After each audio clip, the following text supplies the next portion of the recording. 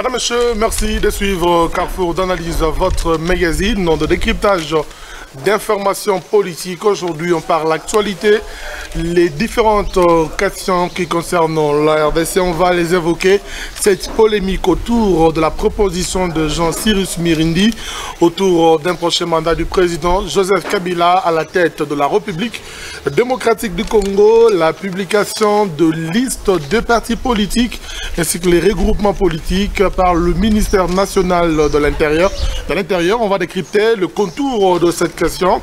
On fera également le point sur le fichier électoral, l'audit de l'OIF, Organisation internationale de la francophonie, le 23 décembre 2018.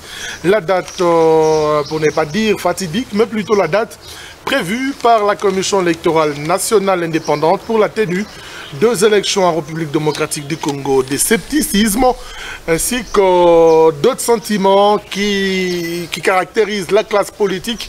On va y revenir dans ce magazine avec notamment la réaction du président de la CENI, Corneille Nangaa Yubelo. On va évoquer toutes ces questions avec un communicateur de la majorité présidentielle. Monsieur Roger Matesso est également cadre du PPRD. Il nous fait l'honneur d'être avec nous sur ce plateau. Monsieur Matesso, bienvenue. Bienvenue, monsieur le journaliste. Bonjour à vous et bonjour à tous les nombreux téléspectateurs qui sont en train de nous suivre pour le moment. Bonsoir, selon l'heure que vous allez nous suivre. Voilà, on va déjà entrer dans le vif de ce magazine pour planter le décor en parlant de la première question avec vous, monsieur Roger Matesso. Mirindi Jean-Cyrus, déjà soumet le peuple congolais à un certain débat sur le troisième ou le deuxième mandat du président Joseph Kabila. Votre lecture par rapport à cette série d'analyses. Merci beaucoup, monsieur le journaliste. Mirindi se retrouve aujourd'hui comme à l'époque de la Grèce antique où il y avait Copernic et Galilée.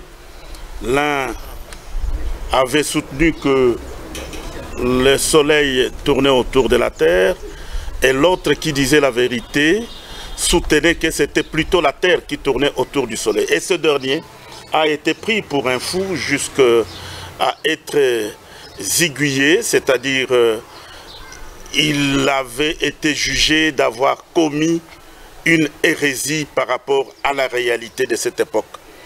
Alors, M.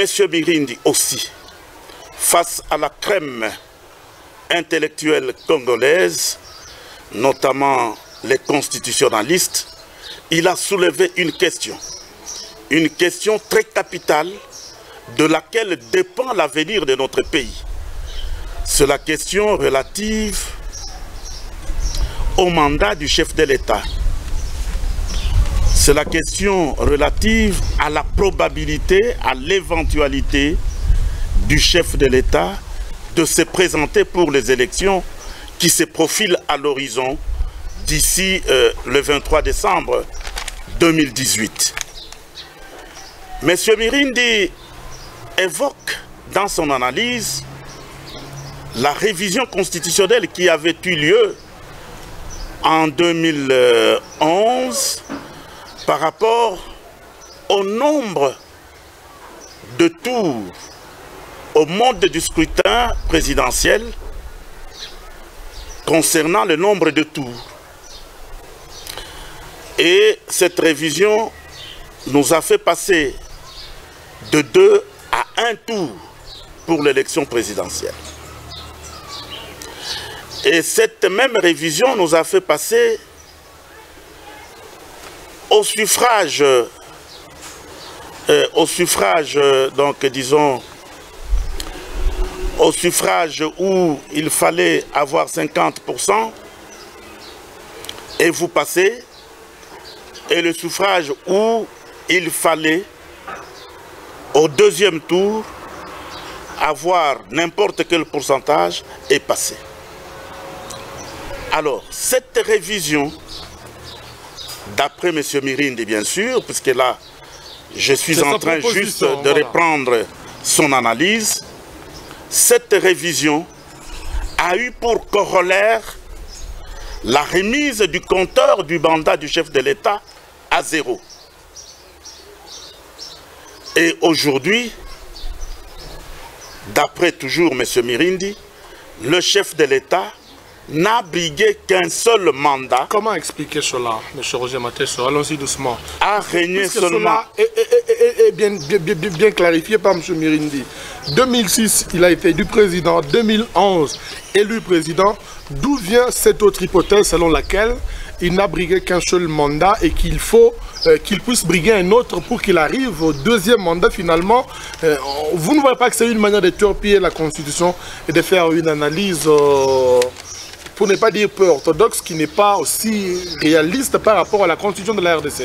Monsieur le journaliste, je ne faisais jusque-là que reprendre ce que M. Mirindi a fait comme analyse. Voilà. Et votre point de vue en tant que tel? Mon point de vue est que, au-delà de me focaliser sur l'aspect juridique que M. Mirindi a eu à développer avec beaucoup d'intelligence et beaucoup de sagesse, moi je vais plutôt, au cours de cette émission, m'appesantir sur l'aspect politique de la chose. Mais parce que vous voulez avoir mon point de vue par rapport à ce que Mirindi a développé comme réflexion, je suis parfaitement d'accord avec lui. Et le contraire aurait pu vous surprendre. Je suis parfaitement d'accord avec Mirindi parce que le fait de réviser la Constitution en 2011 a effectivement remis le compteur du mandat du chef de l'État à zéro. Si bien que, aujourd'hui, nous sommes en droit de nous dire que le chef de l'État a été élu selon un seul tour, une seule fois, jusque-là. Et vous n'allez pas me dire le contraire. La révision de 2011 avait été initiée par l'opposition, par la majorité, pour qu'aujourd'hui, qu'on en arrive à cette hypothèse que vous soulevez presque à quelques mois de la tenue de la présidentielle. Non. Il y avait plutôt une contrainte qui a sous-tendu à la révision de cette constitution, de cette disposition.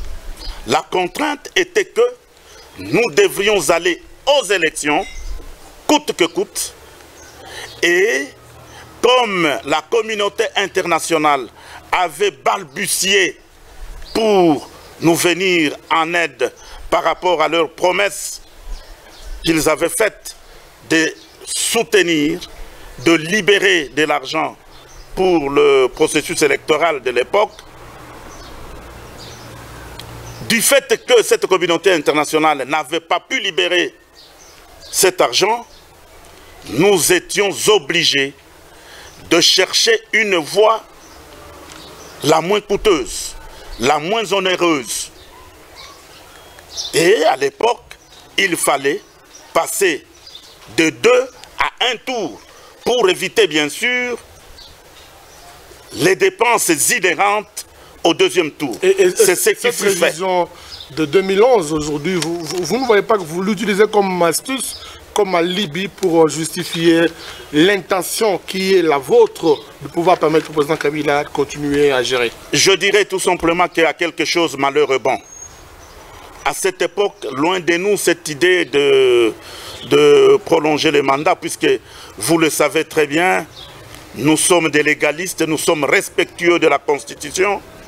Ça, c'est un fait avéré. Loin de nous cette idée à l'époque, mais seulement aujourd'hui, c'est une jurisprudence qui nous sert de référence à proposer ce que Mirindi est en train de proposer. Lorsque je parle de jurisprudence, c'est-à-dire je fais référence à ce qui s'est passé au Burundi avec le président Nkurunziza. Il y a eu exactement la même chose prendre le cas de du Burundi, pour transplanter en République démocratique du Congo. Le contexte n'est-il pas différent, M. Mateso? Le contexte n'est pas différent. Au Burundi, on avait révisé la Constitution comme nous l'avions fait, et cela leur avait servi du comptage. Messieurs les journalistes, j'aimerais vous dire que je ne voulais pas être prolixe sur cet aspect purement juridique. Je voulais plutôt aborder l'aspect politique. Allez-y. Alors permettez que je puisse terminer ce chapitre de l'aspect juridique par vous dire qu'il y a un comptage mathématique, tandis qu'aujourd'hui, il y a un comptage juridique. Et ce comptage juridique nous permet d'affirmer sans peur d'être contredit que Joseph Kabila a été élu selon le mode d'un seul tour, une et une seule fois. Vous n'allez pas me dire le contraire. Et le 23, il pourrait être élu cette fois-ci. Il pourrait. Oui, je parle au conditionnel. C'est pas encore évident. C'est pas encore évident. Et le 23, il pourrait être élu pour la deuxième fois, selon le mode du scrutin présidentiel, à un seul tour. Ça vient d'où finalement? La deuxième, la troisième, ça vient d'où finalement? Non. Le peuple a du mal à vous entendre. Non, c'est la réalité. Allons-y doucement, M. Roger. Je dis ceci. 2006. Les considérations juridiques, je dis vous allez continuer à les expliquer. Le peuple entend quoi? 2006, le président Kabila a été élu. 2011, élu, ce qui fait au total 2 mandats. Quand vous entrez dans des considérations juridiques, 1, 2 mandats, en fait, premier tour, deuxième tour. Qu'est-ce que ça fait au peuple congolais qui vous suit aujourd'hui? Oui, c'est-à-dire il y a un comptage juridique.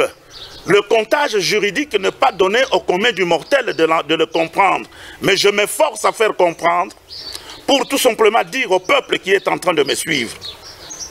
Et cela, je le dis avec toute conviction, sans peur d'être contredit, qu'au jour d'aujourd'hui, j'affirme que Joseph Kabila a été élu selon le mode de scrutin à un seul tour, une seule fois. Donc il lui reste un autre mandat. Une deuxième fois, selon le mode de scrutin à un seul tour. C'est la raison pour laquelle l'opposition, une certaine opposition pense que c'est pratiquement une vaste blague qui s'est faite à la majorité présidentielle. Elle peut appeler blague, mais elle va ramper, cette opposition. Ça veut dire quoi? Elle va ramper. Ça veut dire qu'elle va ramper. En refusant de respecter le texte qui interdit au président Kabila de postuler. Il n'y a aucun verrouillage. Écoutez, il n'y a aucun. L'article 220 de la Constitution de la République lui interdit de postuler. Il n'y a aucun texte qui l'interdit de postuler pour la deuxième fois. Le texte lui interdit de postuler la troisième fois. Or, je suis en train de vous dire ici, démonstration à l'appui, que selon le comptage juridique,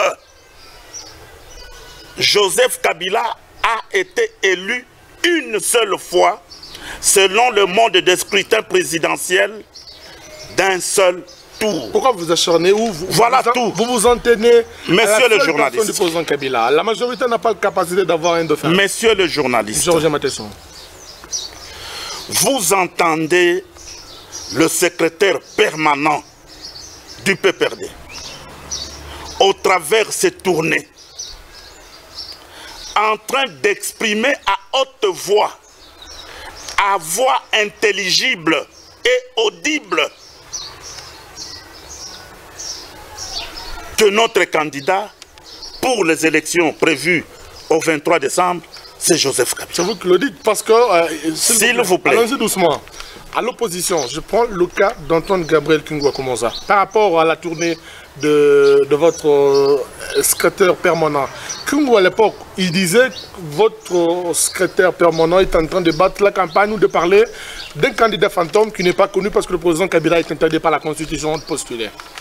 Alors, je vous donne l'occasion d'aborder déjà l'aspect avec votre secrétaire permanent. Monsieur le journaliste, vous êtes libre de me comprendre ou pas. Allez-y. Joseph Kabila n'est pas interdit par la Constitution de briguer un deuxième mandat. Je ne faisais que paraphraser Kingwa Komonza, parce que vous parlez déjà de Mme Jadari. Joseph Kabila n'est pas interdit par la Constitution de briguer un deuxième mandat. Deuxième mandat, pas un troisième. Selon le mode de scrutin présidentiel à un tour. En tout cas, je ne le dirai plus au cours de cette émission. Revenons. Libre à vous de comprendre ou de ne pas comprendre. Puisque vous refusez de comprendre. Vous parlez de ce que c'est l'aspect politique. Voilà. C'est l'aspect politique que je voulais soulever. Voilà. Et par rapport à l'opinion exprimée par King Ngouakoumouza, je pense que vous continuez à vous acharner sur un candidat fantôme qui n'est pas connu.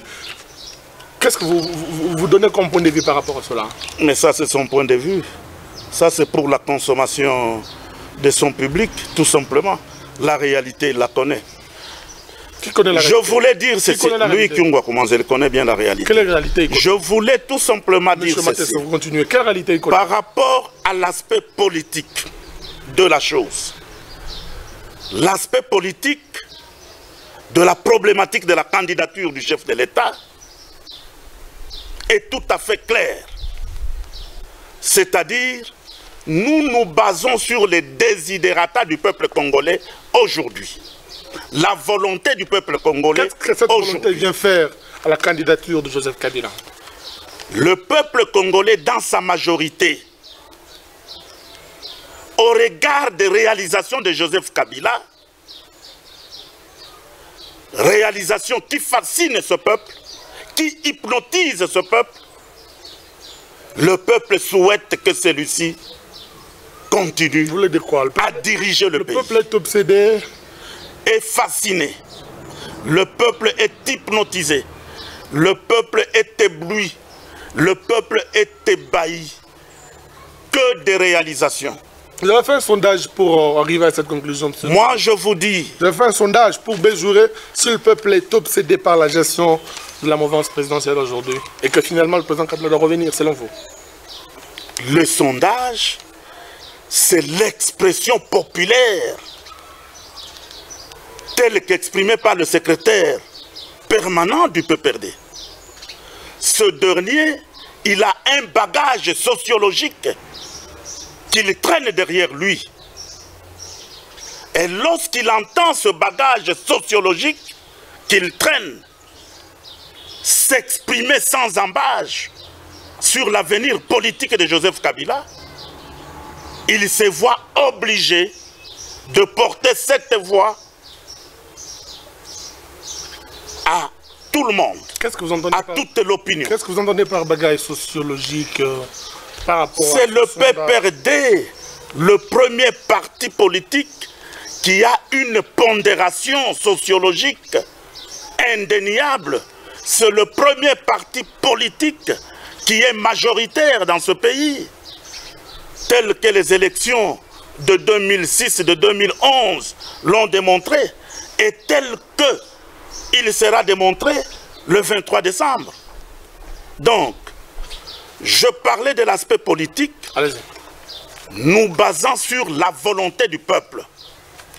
Vous savez, monsieur le journaliste, Kabila aujourd'hui, il est en train d'opérer des inaugurations à un rythme de jet saccadé.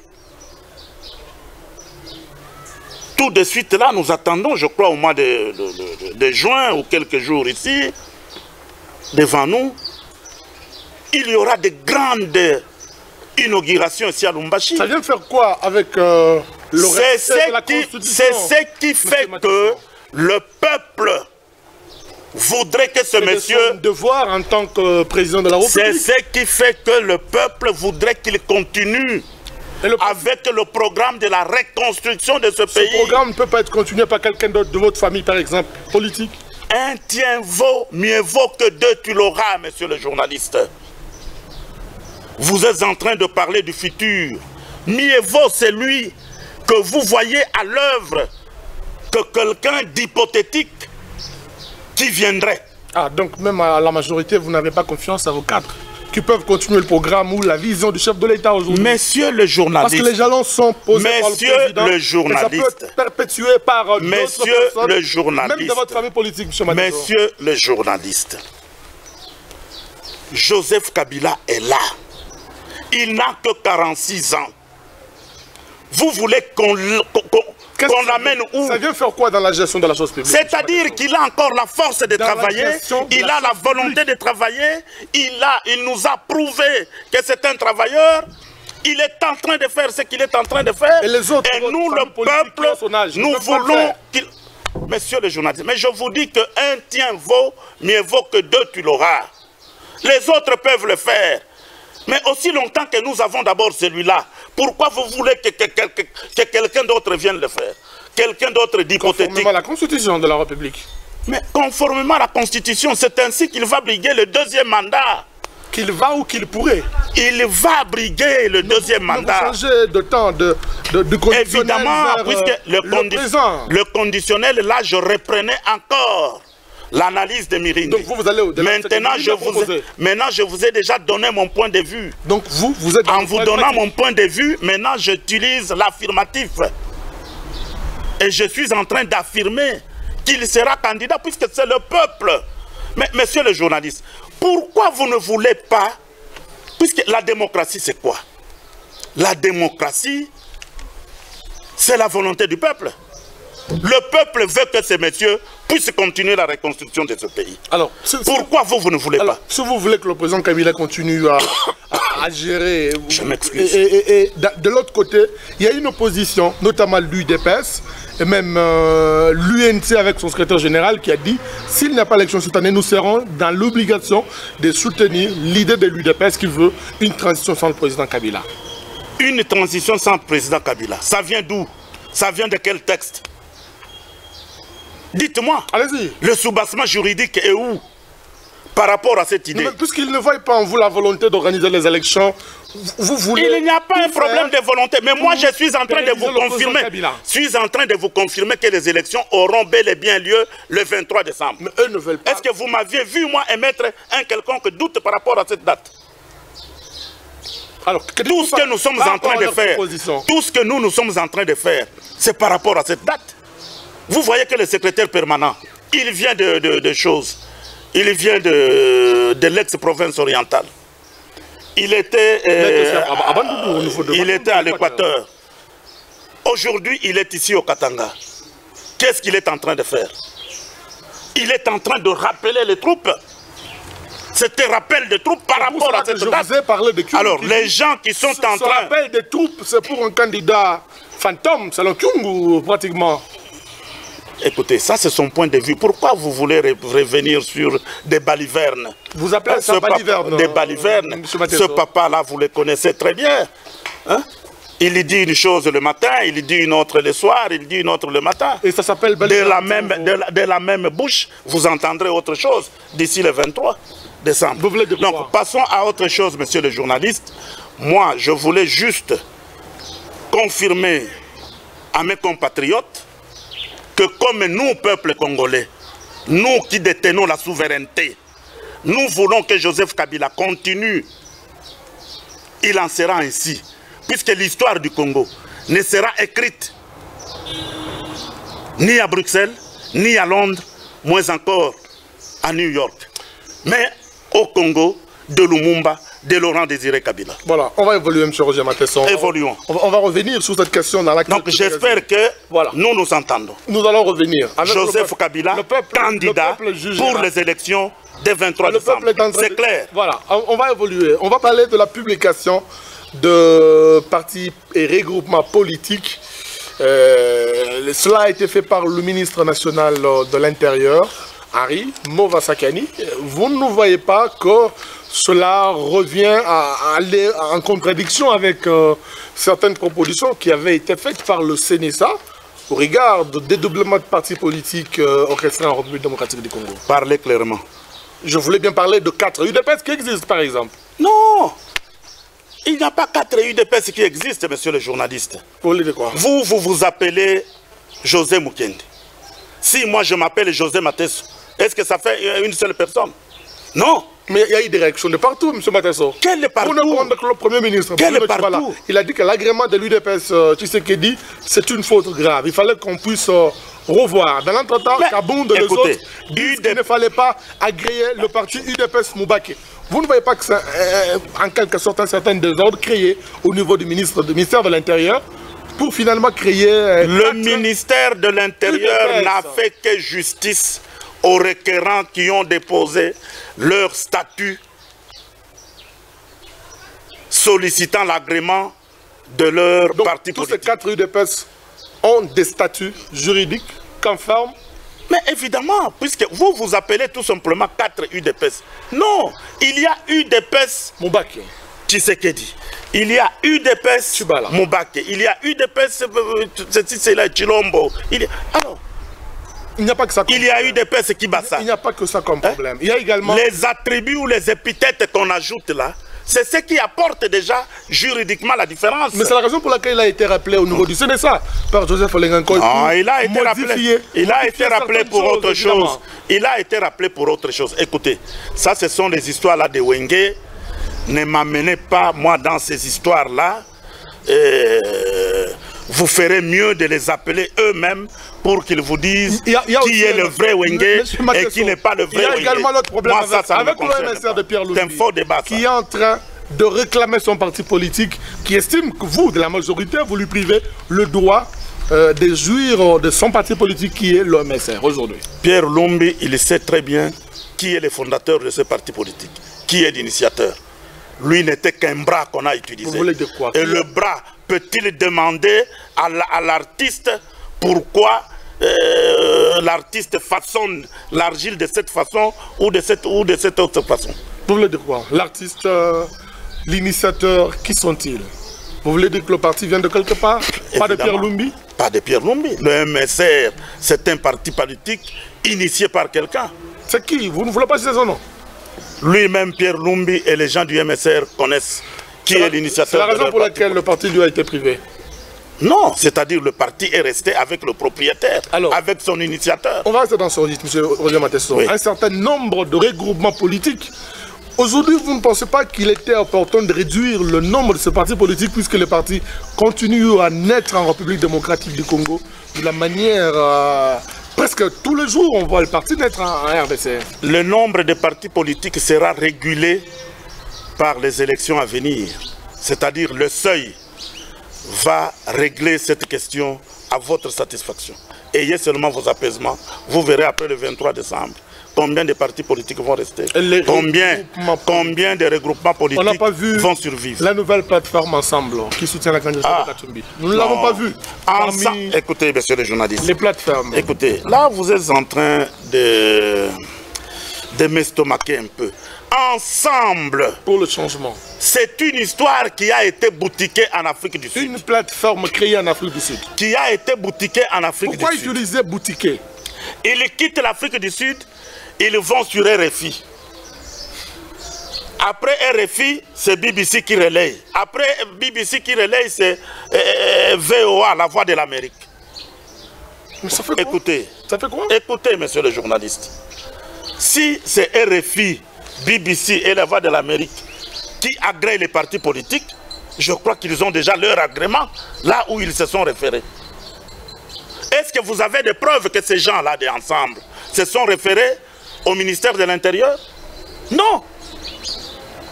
Et le ministère de l'Intérieur va agréer quelque chose qui n'a pas de requérant, un dossier qui n'existe pas chez lui. Je crois que non. Donc, ne croyez pas, mes chers compatriotes, que lorsque vous faites des bruits là, c'est relayé par RFI, par BBC, et l'affaire est terminée. Non.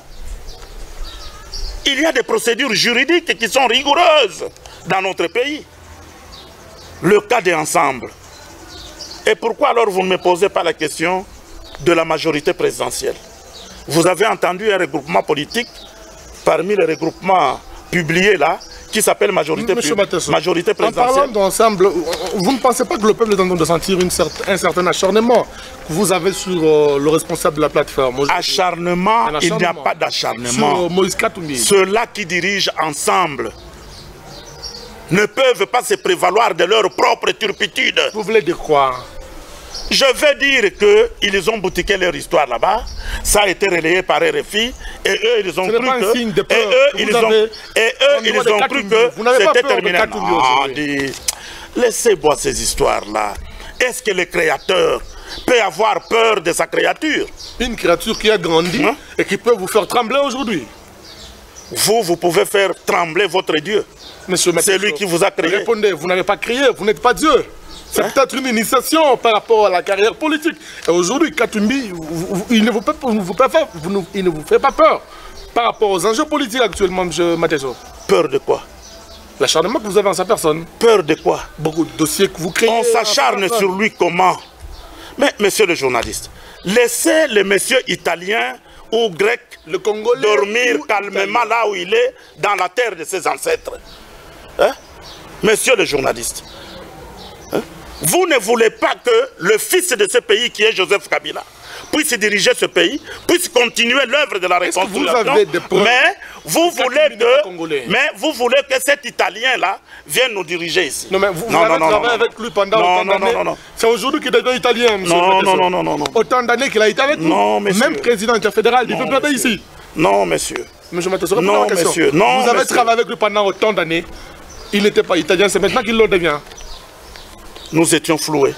Ah, c'est maintenant que... Nous étions floués. La vérité a éclaté.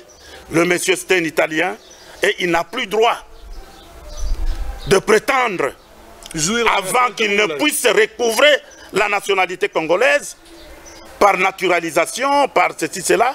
Il ne peut pas prétendre à un quelconque droit politique. Ce qui voudrait dire indirectement, il est exclu de la présidence, de la course à la présidentielle, bien entendu. Il n'est pas exclu. Il n'est pas tout simplement concerné. Ah, ok. Il n'est pas concerné comme tous les autres Italiens, tout ça, tout ça. Il n'est pas concerné. Qui l'a exclu? Nous, on a exclu un Belge. Donc, non. Vous voulez dire que... C'est-à-dire que le Belge n'a pas tout simplement... trouver quelqu'un d'autre... Ça, c'est leur problème. Ça, c'est leur problème. C'est une histoire qui n'est même pas reconnue ici chez nous. Voilà. Qui a été boutiquée en Afrique du Sud, relayée par RFI, et les amis ont cru que le dé était jeté, allé à Jacta Est, mais aujourd'hui, ils se rendent compte que ce sont des gens qui sont pris dans leur propre piège, puisque le ministère de l'Intérieur ne reconnaît pas un tel regroupement. Alors, M. Roger Matesson parle du fichier électoral avec le travail qui vient d'être réalisé par l'Organisation internationale de la francophonie, l'OIF, par l'entremise de ces experts. Quelle lecture faites-vous par rapport aux conclusions qui ont été rendues publiques vendredi dernier?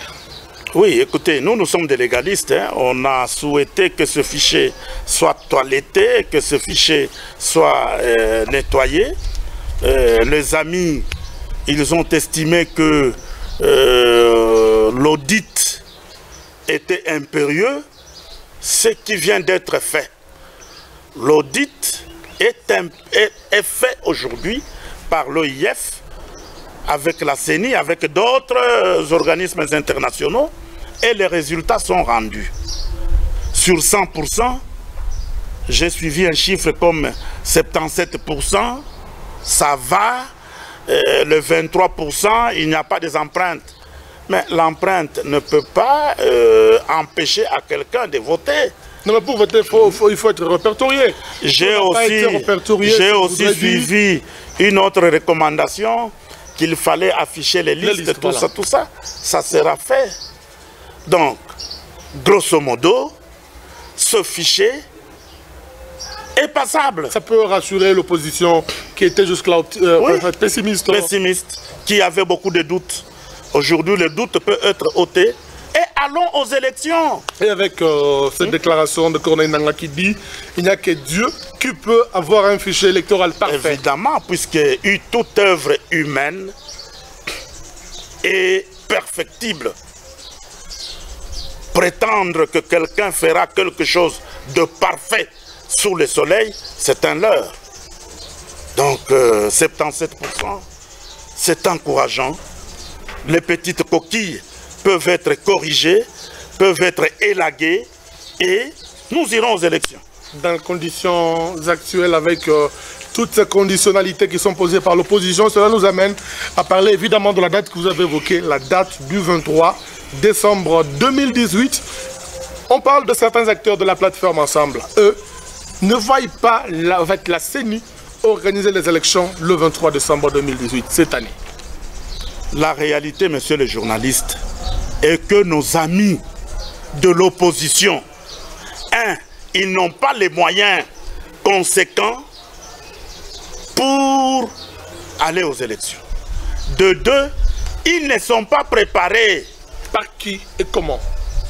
Ils ne se préparent pas. Monsieur le journaliste, vous êtes à Lubumbashi.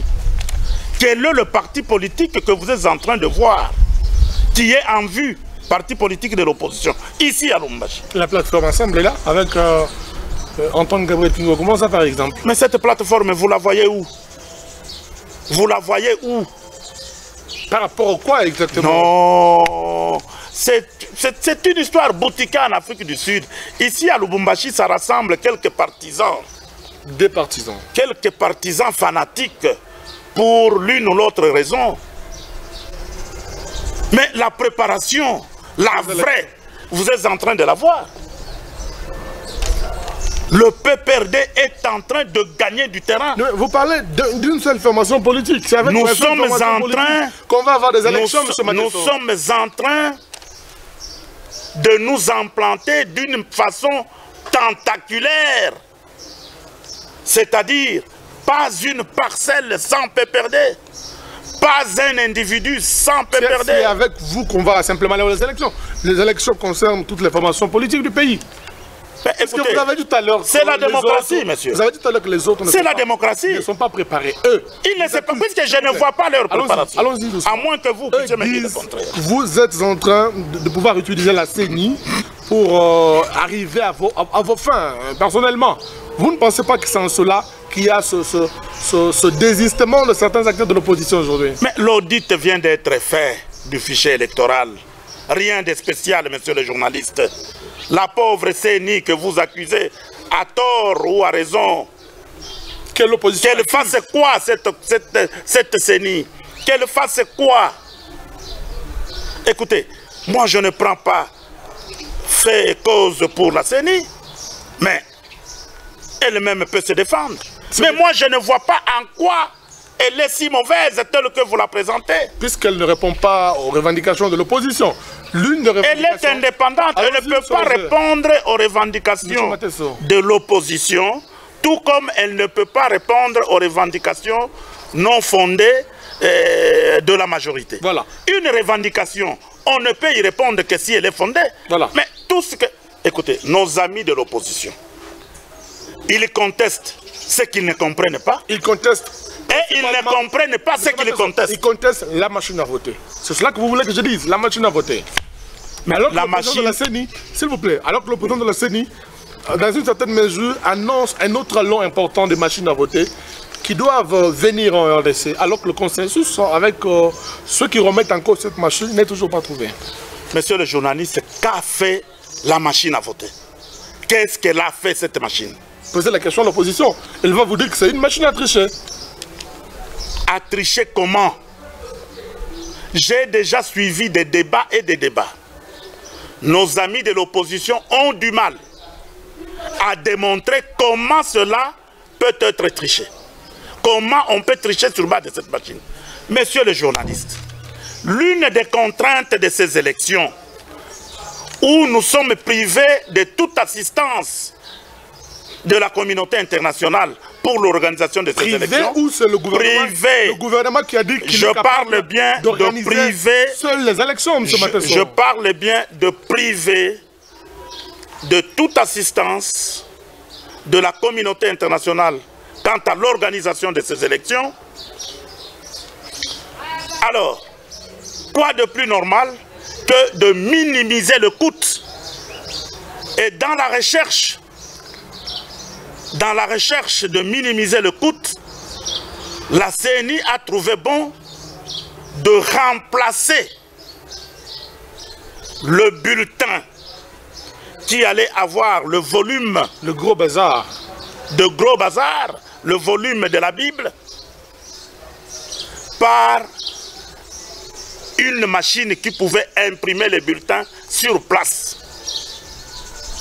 En quelque sorte, on a juste miniaturisé l'imprimante qui devait imprimer des Bibles et des Bibles à l'étranger, avec tout cela, avec tout ce que cela comporte comme coût de transport. On a miniaturisé ça et amené cette imprimante dans le bureau de vote. Ce serait une première expérience en Afrique. Et permettre à l'électeur d'imprimer lui-même la figure ou la photo de son candidat de son choix.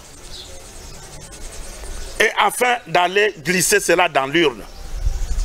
Tout cela nous permet d'abord de gagner en temps, de gagner en argent et de réduire le nombre de jours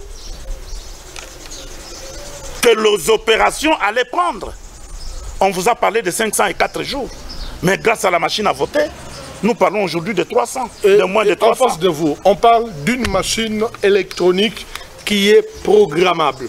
Tout peut être programmé en votre faveur aujourd'hui. Et même, là où la machine à voter vient, nous parlons de la Corée, il n'y a pas unanimité. Même la commission électorale de ce pays ne donne pas de garanties par rapport à l'utilisation bon escient de la machine à voter, M. Roger Mateso. N'est-ce pas une expérience que vous voulez expérimenter aujourd'hui à RDC sans en avoir les preuves tangibles par rapport à une expérimentation quelque part? Le jour que vous, Congolais, vous comprendrez la manipulation dont vous êtes victime, le complot ourdi, qui manipule qui? Le complot ourdi contre votre pays à cause de vos richesses, c'est le jour que vous protégerez ce Joseph Kabila, c'est le jour que vous le proclamerez président à vie. C'est un autre débat. Si vous voulez, on va en parler avec les dernières propositions de Gisdin Matata-Mpogno. Revenez d'abord à ma question par rapport à la machine à voter. Des garanties qui ne sont pas assurées par la communauté, en fait, par la commission électorale coréenne aujourd'hui. Une expérimentation, une première expérience à RDC, n'est-ce pas trop risqué? Mais vous parlez de la Corée. Nous avons importé cette machine de la Corée où ça a été fabriqué.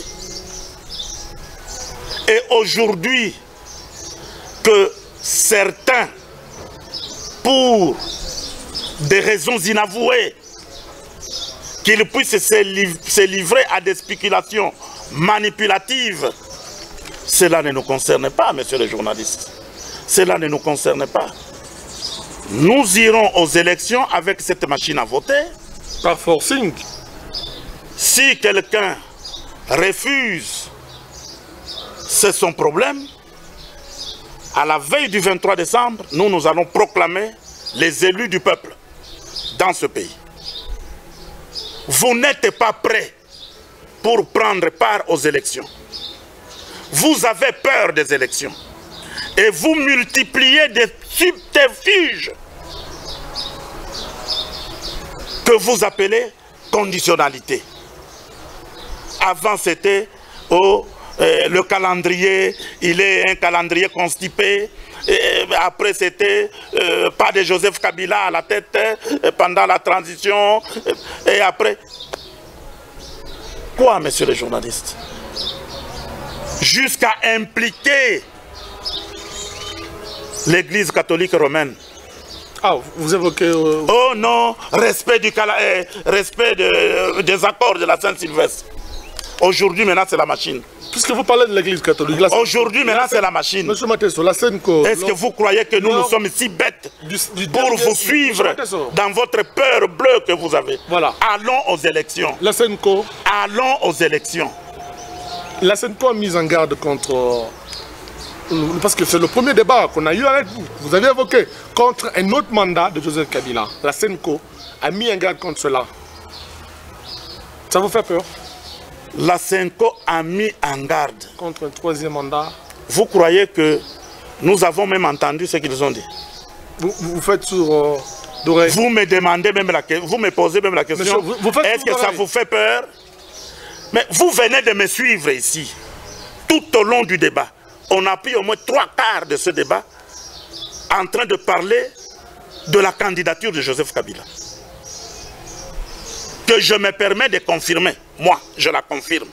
Pas conditionnel comme il... Puisque le peuple veut qu'il soit là. Vous dites nous allons utiliser tous les moyens légaux pour que cette candidature soit accréditée. Voilà. Et ça sera chose faite. Tous les moyens légaux. Monsieur Mateso. Ne nous prenez pas pour de fainéants. Voilà. Nous sommes en train de réfléchir. Permettez-nous d'évoluer. La Constitution nous donne toutes les possibilités. D'autant plus que la Constitution n'est pas au-dessus du souverain. C'est plutôt le souverain qui est sur la Constitution. Voilà. Nous, peuple, nous sommes sur la Constitution. Voilà, on va. Elle est révisable, s'il faut la réviser, nous la réviserons même la veille des élections. Monsieur Matesso, vous avez également suivi ce point de presse co-animé par Félix Antoine Tshisekedi et Moïse Katumbi Chapoué. Depuis les États-Unis d'Amérique, les deux sont en train de tendre vers un projet commun sur la RDC, mais aussi une candidature commune par rapport aux élections présidentielles en ancien RDC. Votre lecture? Écoutez, les deux amis là, ils continuent à faire du théâtre, du tourisme. Laissez-le. Une candidature commune, lui là, Tshilombo. Félix Tshisekedi. Tshilombo là. Félix Antoine Tshilombo. Tshisekedi. Il est en train d'étudier comment une candidature commune avec un Italien. Vous voyez que c'est aberrant ça. C'est un non-sens. C'est aberrant. Vous voulez dire quoi? Il complote aussi contre la nation. Mais Tshilombo avec un Italien, ils sont en train d'étudier la possibilité d'avoir une candidature commune. Commune. Tshilombo avec un Italien. Ça veut dire quoi concrètement, M. Matesso? Mais c'est ça, je suis en train de m'exprimer clairement. Tshilombo avec un Italien, ils sont en train d'étudier la possibilité d'avoir une candidature commune. C'est ça l'analyse. Mais si lui, Tshilombo, est incapable de se porter candidat, il veut nous amener un Italien. Ça veut dire quoi? Donc, tu as compris? Il est incapable de briguer un mandat. Tu as compris? Et là, je m'adresse à vous qui me suivez. Si lui, Tshilombo, il est incapable de briguer le fauteuil présidentiel, faut-il qu'il aille coaliser avec ou qu'il aille nous amener un Italien? Vous comprenez? Alors, M. Matesso, les politiciens congolais, on va refermer médiocres. Ah, vous parlez de la médiocrité. Voilà les médiocres. La médiocrité que incapable de briguer le mandat présidentiel, vous voulez aller amener aux Congolais un Italien médiocre.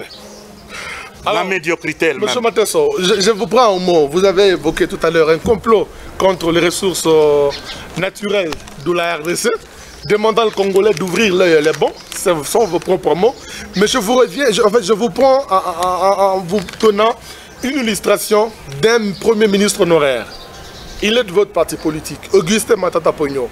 Dernièrement, Lubumbashi, intervenant lors du symposium organisé par l'Université de Lubumbashi, Matata Ponyo a dit qu'il ne s'agissait pas de malédiction de ressources, mais plutôt d'une question de leadership responsable au niveau de l'exécutif en RDC.